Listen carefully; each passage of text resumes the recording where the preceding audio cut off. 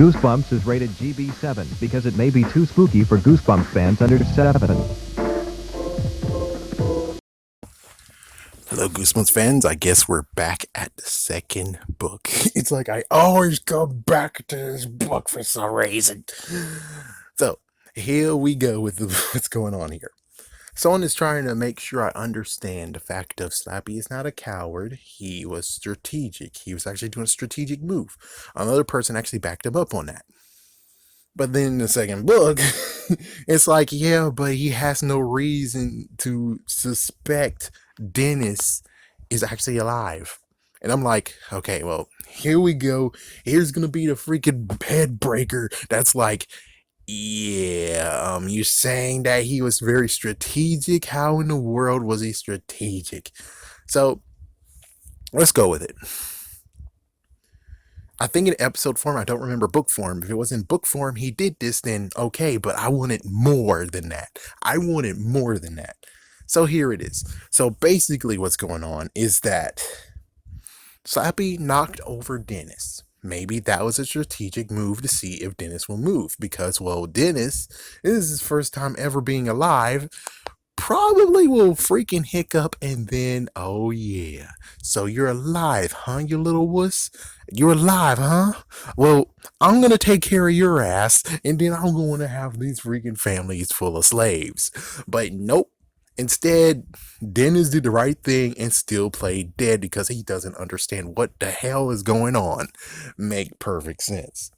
Now, the thing is this, is that when it comes to Slappy, he already did the same exact thing that Dennis technically is doing. Let's look at the first book. Yes, we're going back to the first book. Okay, so Slappy is a strategic genius. He decides to just stay still while Mr. Wood goes out and about and meet his demise. And then Slappy takes over. So, doesn't that mean that if you actually don't remember what happened in the past, the fact that you did the exact same thing Dennis is doing, then doesn't that mean that you should actually take a bit more aggressive take to make sure he's not alive instead of just one push and that's it? Seriously? So with all that said, man, with all that, I would prefer it a little bit more.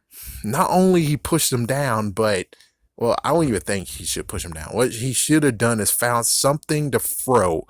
So she's basically getting her bed ready and crap, and you have like a pencil or a eraser or something, or even a rock, and you just chuck it out of the door, and you make some noises.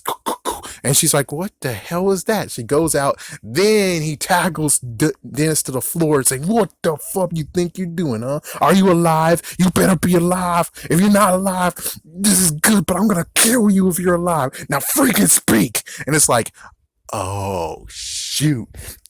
Yeah, because he's trying to make sure he's not getting freaking, let's call it slappied, where he's going to actually do all the things he wants to do, and he meets his demise, and Dennis takes over, and now Dennis is king.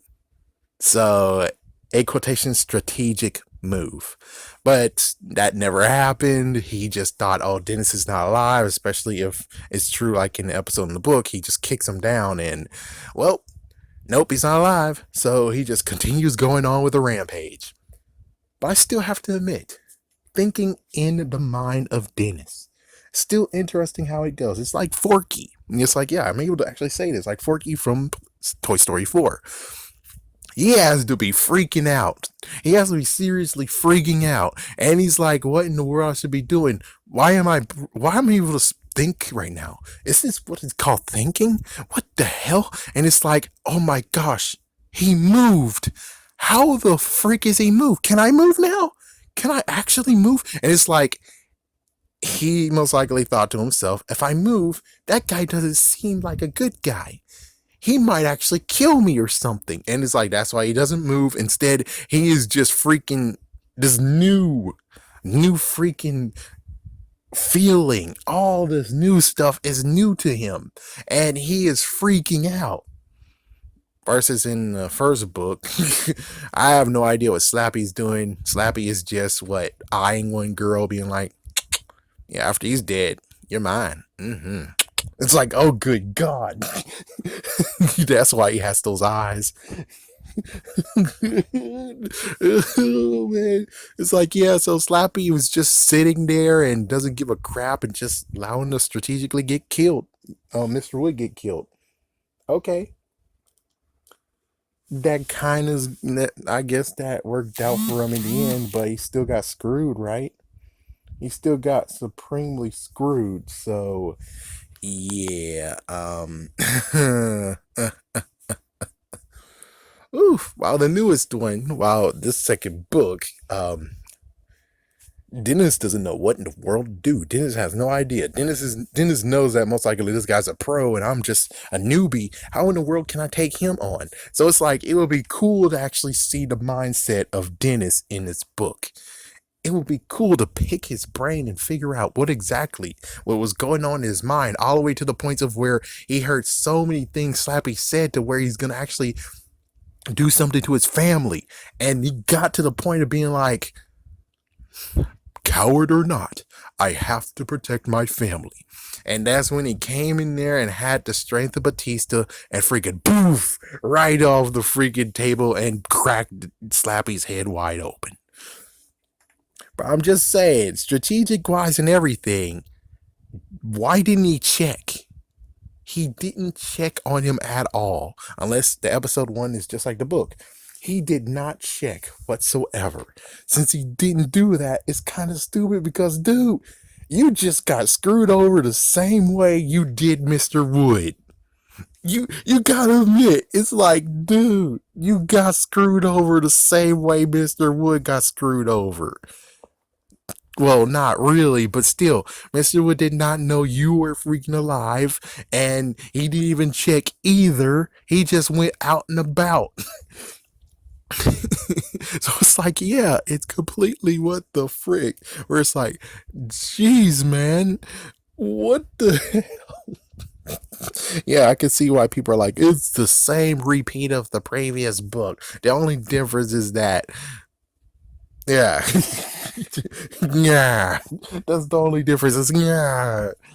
I'm sorry, but I can't really truly actually think the idea of Slappy didn't think he was alive. Oh yeah, Mr. Wood didn't think you were alive, and you freaking took him over. You freaking took over his position. You were freaking planning to just be like, oh yeah.